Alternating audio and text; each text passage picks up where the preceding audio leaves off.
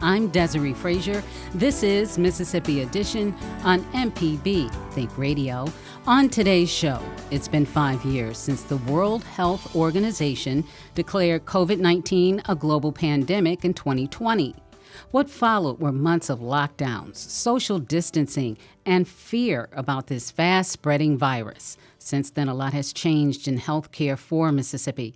Former State Health Officer Dr. Thomas Dobbs is our guest for this special Mississippi edition. He's now the Dean of the School of Population Health at the University of Mississippi Medical Center.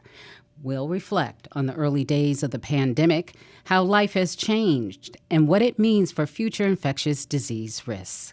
This is Mississippi Edition on MPB Think Radio. Dr. Dobbs, thank you so much for joining us. You were the state health officer during the pandemic. A little over 5 years ago, our reporters joined you and former state epidemiologist Dr. Paul Byers at the State Health Department to discuss a novel virus spreading in China and cases beginning to be reported in the U.S. Just 1 month later, Mississippi had its first confirmed case. That was the same day the World Health Organization declared COVID-19 a pandemic. Looking back on the original outbreak, how do you feel about Mississippi's initial response to the virus? Well, first off, it's great to be with you again. It's good to see you as well. Thank you so much. There's a lot, I think, worth reflecting on, and it in a way, it seems so far away, but it really wasn't. It hasn't been that long since we went through this really traumatizing experience. But we need to draw from that experience so we can learn for the future. And if you think about when things started, it was a little bit different than it was a few months into the pandemic, right? Early on, there was a lot of fear, even panic. Right? Right. And we had a lack of information as far as to the science around this new virus. But I think, Mississippi did really well in the first phases of the pandemic. There were, short periods of really significant economic pain for folks. We had to, have schools basically closed for a period of time. And what you saw happen, especially during those first phases of the pandemic, when we didn't really have the supplies we needed, when the supply chain really got cut off, we flattened the curve for COVID cases and hospitalizations, right? So many lives were saved in that first wave. Like, we saw a lot of deaths in the Northeast and other parts of the country. So it worked, but there was associated pain, right? And so, and I can remember our early conversations with the governor, and I think he was right to say, we really need to do this aggressively so that we can, prevent death and make sure that the system is ready. And we did that. And I think there was a lot of cohesion. I think having that sort of aligned leadership at the top across legislative, executive, and public health was very useful, and I think it helped a lot of people really sort of survive the anxiety of those early days. And at the outset, Governor Tate Reeves ordered a state of emergency. That was March 14th, 2020. A shutdown happened. Questions began about whether it was safe being outdoors, being around other people, disinfecting surfaces. Even some people got sick from using strong chemicals in their homes. Masks were mandatory, then that changed. There was a shortage of personal protective equipment. That was hard to come by for hospitals, for doctors. Thinking back, what were you going through? There had to be sleepless nights.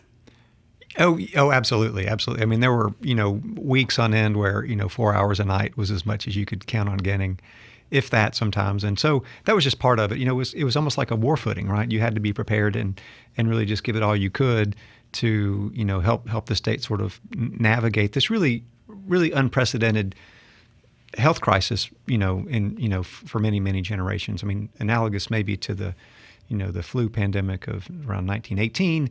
But, it's been a long time, and it was really, really devastating. And we lost many thousands of Mississippians, and we lost over 1 million Americans in the pandemic. So it was no small thing. I do want us to remember this was a major threat. We lost a lot of people. We lost a lot of loved ones, not just older folks, right? It was across the age spectrum.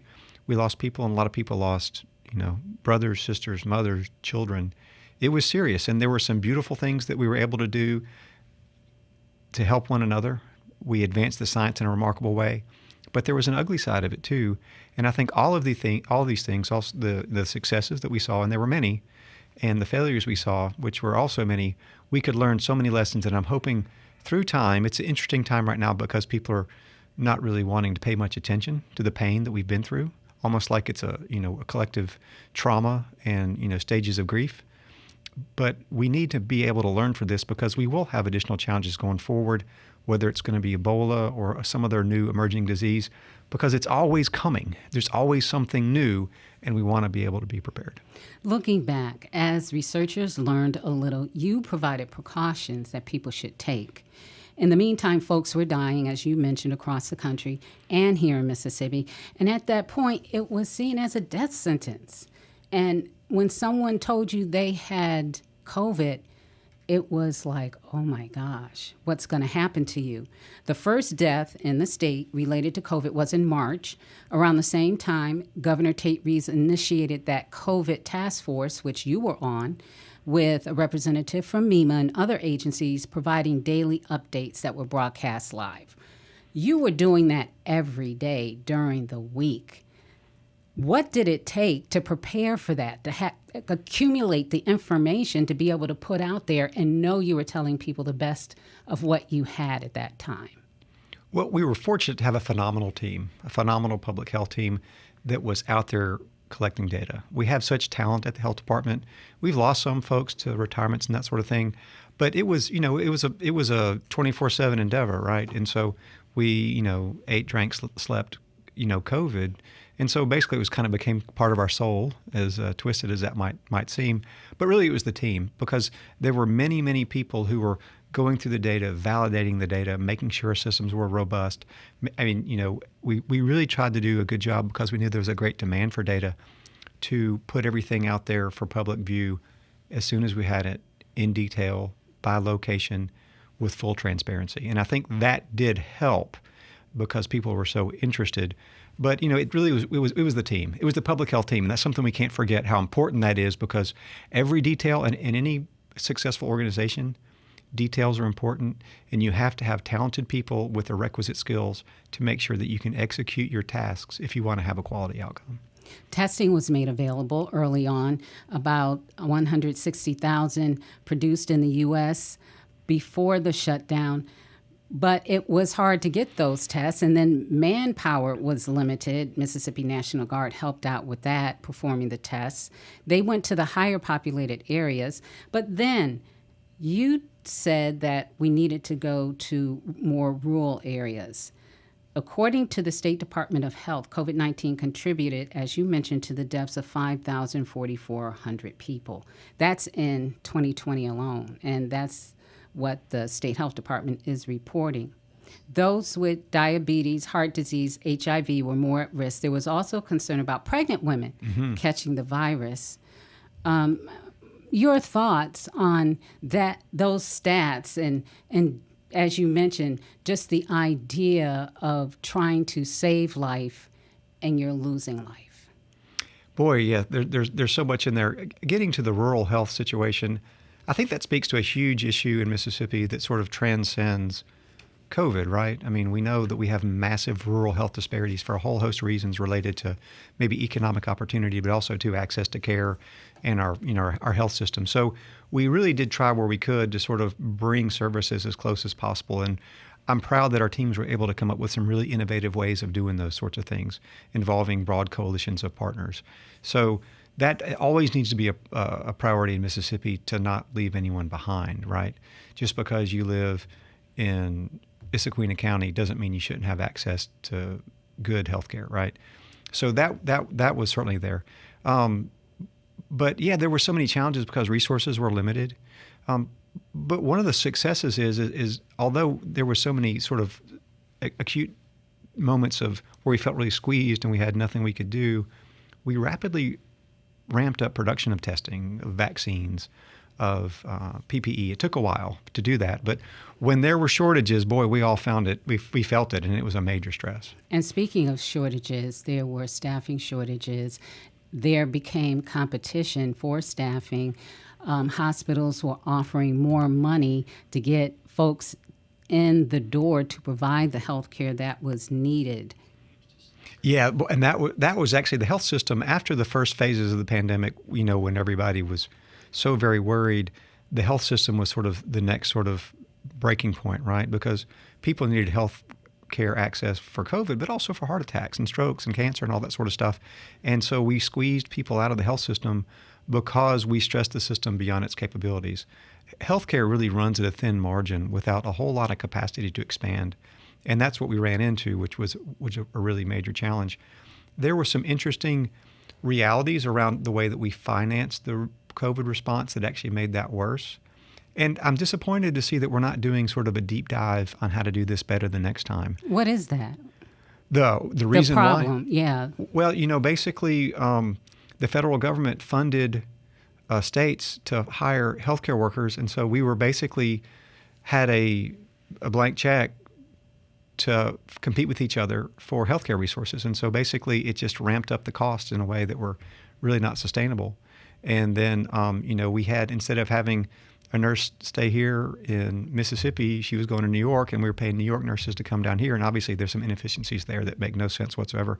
So there's all kind of lessons sort of baked into the pandemic that we need to learn from that I don't think that we really have learned. And I don't really think that we're better prepared for the next pandemic, unfortunately.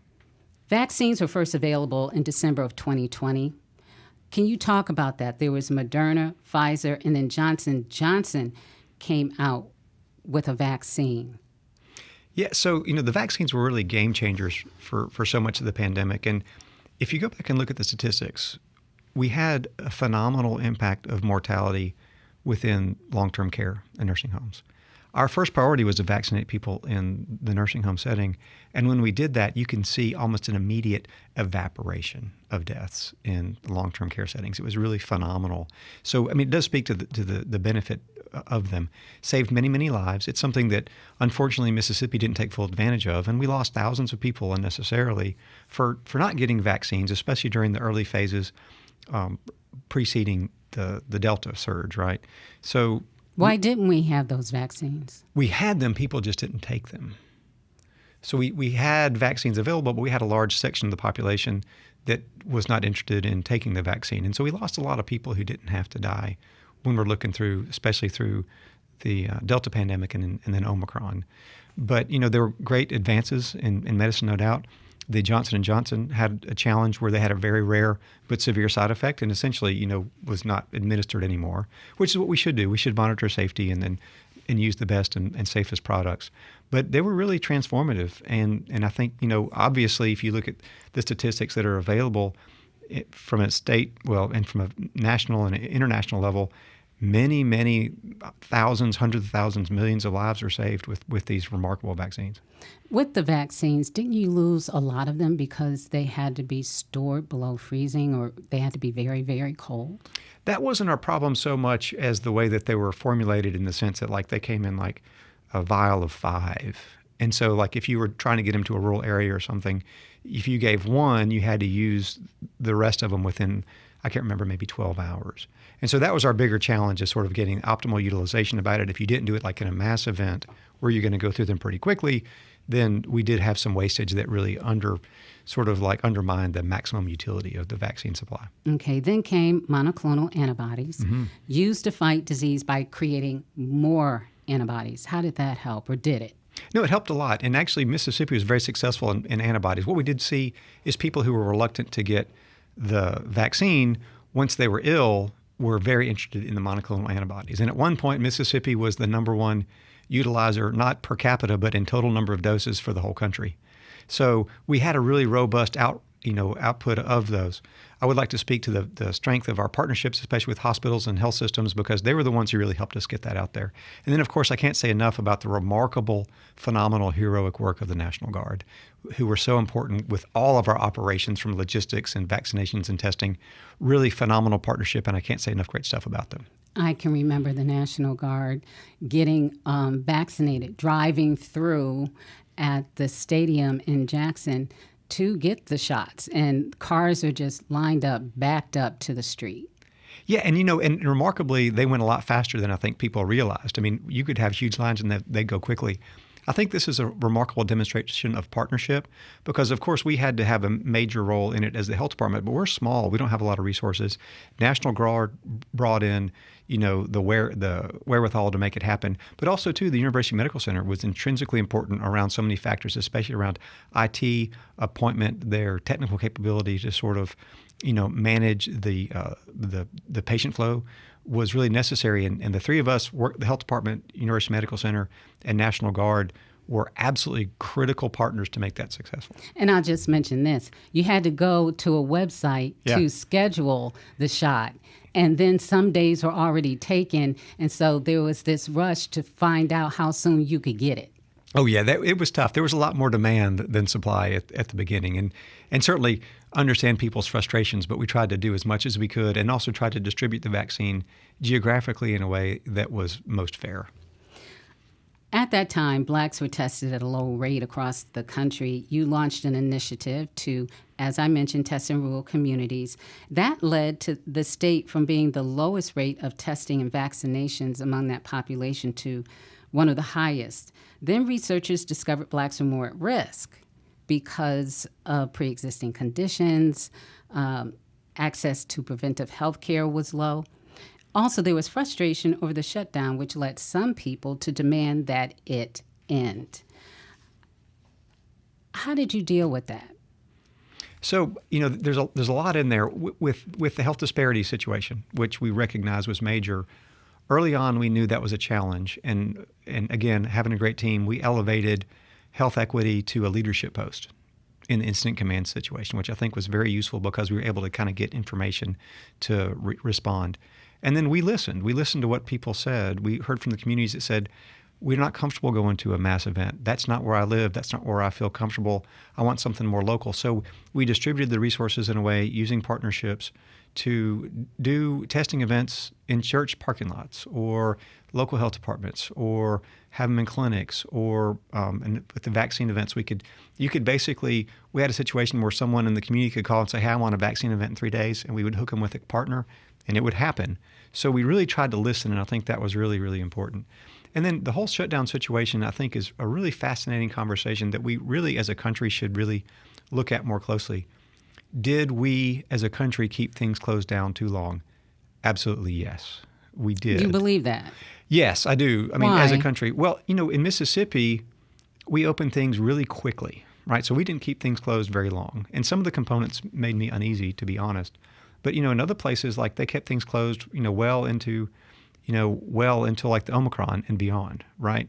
And, kids were out of school. We had some, learning issues we had kids back in school, right? And that's another one of the partnerships that was really great is we tried all we could to have kids in school safely, prioritizing academics. It was a little bit of my personal frustration that sometimes athletics trumped academics as far as like a priority. But I thought we were able to do a pretty good job with our partnerships. You're not going to catch it outdoors. And once we learned that, we made sure that was okay for people to do things outdoors. Everything's got to be a balance. And I think this sort of binary universe of closed, shut, or open doesn't have to be that way. We can find opportunities that maximize economic sustainability, but also too that are maximally safe, especially when we have access to like vaccines and knowledge about the utility of masks and that sort of stuff. We can optimize both.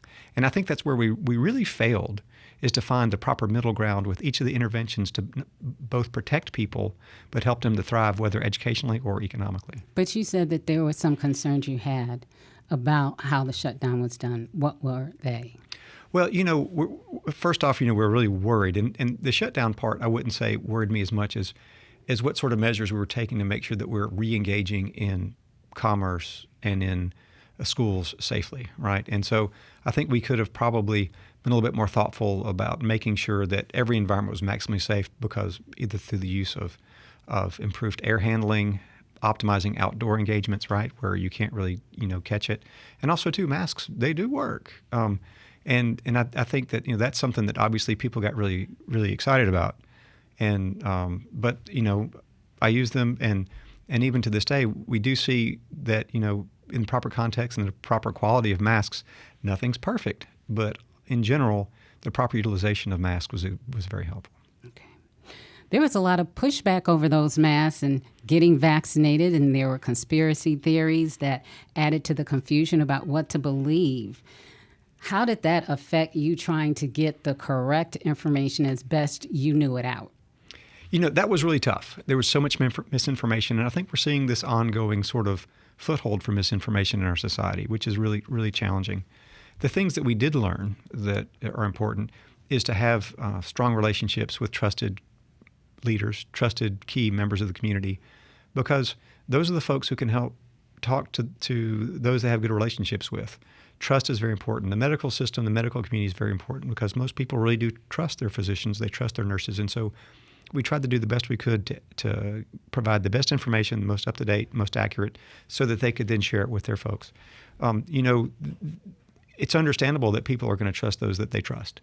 And so we want to expand our network of trust, and that's something I think that we could continue to do in every public health endeavor to make sure people trust us, understand our motivations are just for prosperity and improved health. And then from there, you have a communication that can be more fruitful. You took a lot of heat, a lot of criticism from some Mississippians about wearing masks. Mm-hmm. People were calling people, complaining. You got phone calls, didn't you? Oh yeah, and and threats, of violence, and even had somebody stalking my kids. I mean, it got really ugly for a while. But it's hard times, and we'll do everything we can. I mean, we wanted to save lives and to make sure people could thrive. And it was worth the effort because what would you do to save a life? What would you do to help save a family? You would do a lot. You would invest a lot of effort, and you would also take some criticism and even some threat to your personal safety, and it's worth it.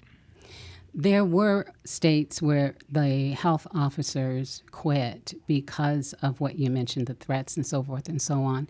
Do you think that in the future, should something like that arise, we're going to see a repeat of that, and state health officers say, look, I'm not going to be able to handle this, and you're stuck really without a leader for public health at that point? That's an extremely good question, and I think a lot of it we have to think about is how do we want to approach these challenges? One of the things that we were fortunate here in the state of Mississippi is that there was a little bit of a separation between public health and the political environment. We have a state board of health that appoints the health officer, and so there's a bit of an oversight mostly from sort of physician leaders and people who are sort of like leaders in the community. So that was very useful. But also too, in the state of Mississippi, a lot of the power rests within the executive branch, and basically the authority of the state health officer is relatively limited to a few areas. So mostly we were consulting. And so a lot of these things are political decisions. And sometimes the political decisions are perfect. Sometimes they're challenged. Sometimes maybe they're wrong. But that is part of the public debate. And as part of a democracy, we have to depend on our political leaders to make the hard decisions. And I'll say that, our political leaders did make some hard decisions that were to the benefit of Mississippians, even though they caught flack for it. Right? I think that, on average, I think our political leadership, really took some tough stances for the benefit of the population. Like just one? One leader or one stance? There was a lot of stances. If you think about what the legislature did, had really good relationships with the speaker and lieutenant governor, and also the governor really were very thoughtful. And if they made a decision, I felt like that they made a decision understanding the pros and cons of it. One of the things that worries me seeing the sort of public health debates is that you can't make a good decision off of erroneous belief systems, right, or erroneous data. And I felt like that they made decisions based on scientific facts in balance with the offset of economics, right? And everybody's going to make a different decision based on your background. But they heard, understood, and incorporated that information into their decision-making process, and I'll forever really appreciate and admire them for their willingness to do that. Dr. Dobbs, by 2022, researchers began talking about COVID as something we'd have to live with, like the flu and RSV, which can affect the respiratory system. Life began to return to normal, but it was rocky. We're at that point now. Are we at that point now? I think we are, and I think we can take analogies from previous viral situations, we know that there are several different coronaviruses that circulate regularly that cause common cold type scenarios. And it was anticipated that over time that COVID would sort of occupy that same sort of niche where it's basically a respiratory virus that can sometimes be severe, right? People still die of rhinoviruses and adenoviruses and other non-COVID coronaviruses, right? We have a lot of deaths from that. We don't think about it. But if we think about what's going on now, it's not just COVID. People still get COVID, but influenza was really bad this year. We had severe illnesses, a lot of deaths, a lot of hospitalizations, and we don't need to forget that we still have influenza out there as a major threat to personal and public health.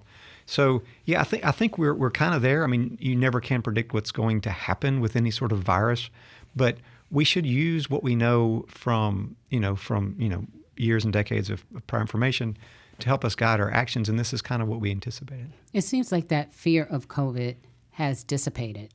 It definitely has, but I think that's borne out by, if you look at the mortality statistics, the number of deaths and hospitalizations has trailed off remarkably. It's not that it's not important, right? COVID is important, respiratory syncytial virus, RSV is important, influenza is important. There's a lot of things out there, pneumococcal pneumonia.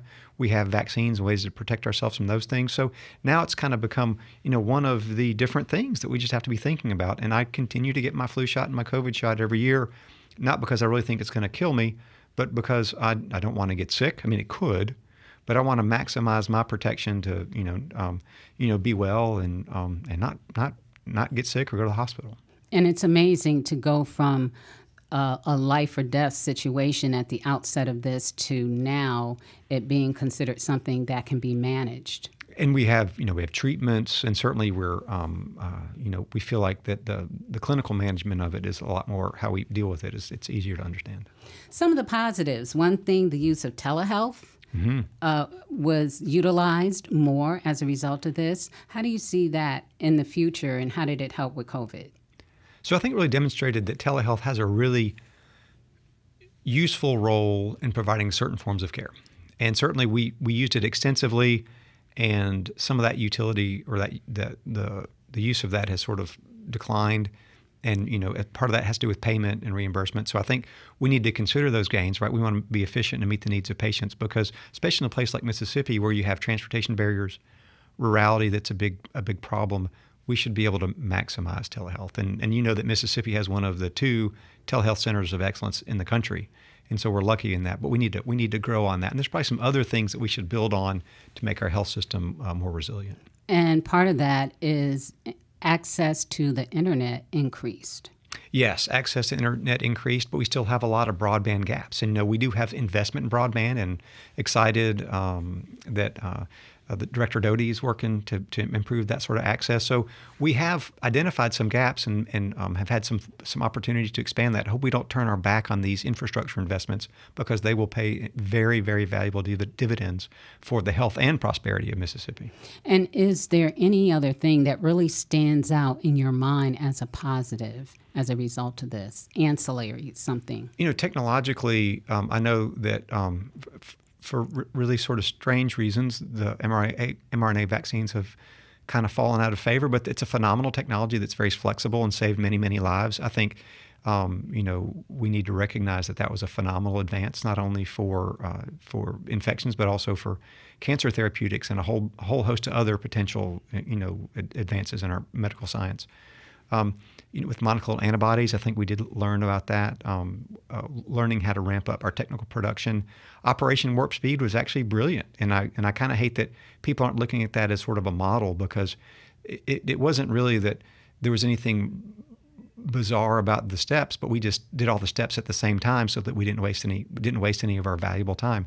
So I think that actually probably Operation Warp Speed was probably one of the most remarkable things that we saw that took place in the first Trump administration, and it really made a difference and saved many thousands, hundreds of thousands of lives.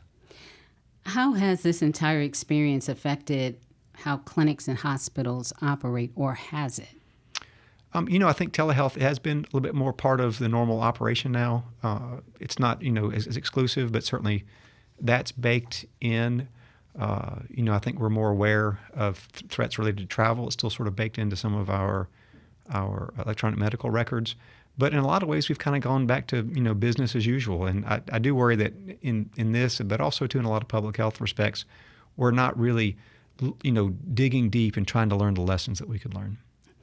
Mentioning the skepticism about vaccines, that seems to be growing in some quarters. The Secretary of the U.S. Department of Health and Human Services is Robert Kennedy Jr. He was just put in that seat. He's opposed, saying they're linked to autism, and supports ivermectin as a possible cure. How do you feel about that? I haven't heard the ivermectin thing, and that's kind of bizarre. I don't really understand that. Ivermectin I've used a lot for parasites, but there's no plausible biological reason why it would have these magical properties.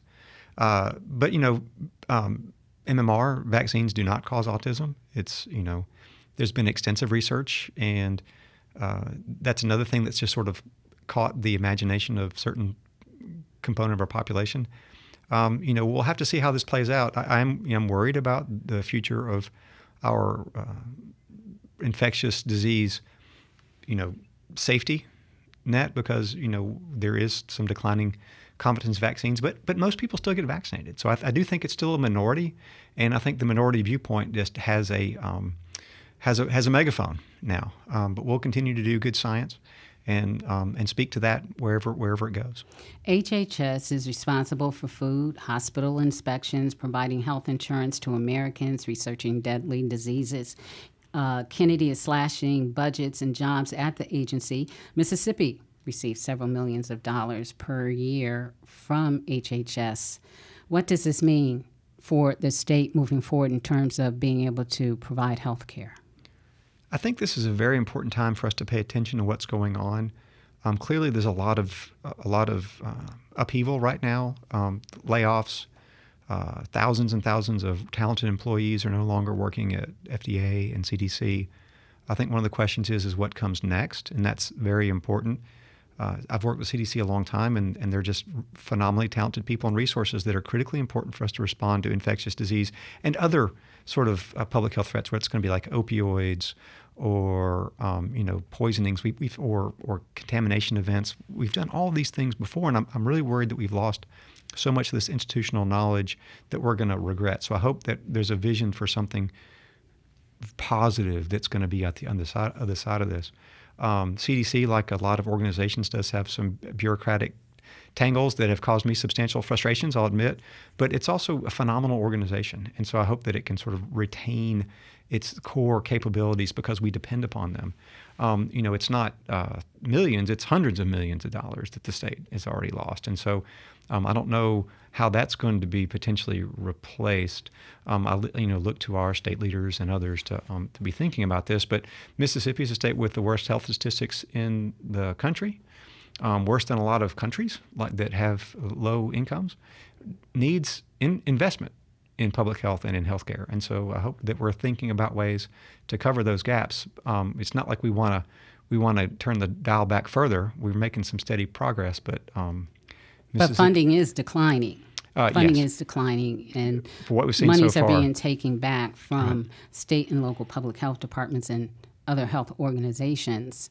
What does that mean for being able to do testing, to treat people, to provide that preventative health care for low-income folks in the state?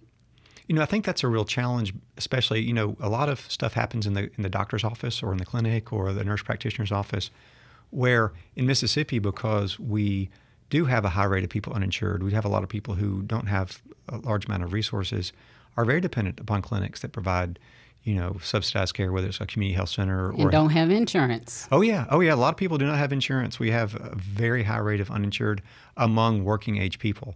It's really the working age folks who don't have insurance, and most of those folks have jobs. It's really unfortunate the way our system's set up. But I do worry about basically the safety net providers that are sort of filling that gap. The safety net that we have now is woefully insufficient.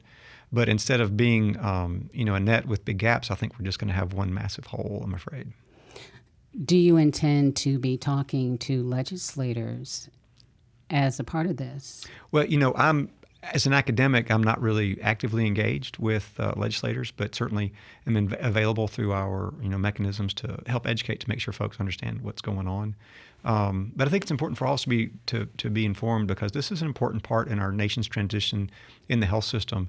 And whatever comes next, I hope that there's some good, thoughtful planning into it, because our health status is not good. And we have a lot of external threats, and we know that we're going to see other infectious disease pandemic threats. I do worry that there is such a focus away from that now, that we're going to wake up and, I've been through numerous sort of public health threats.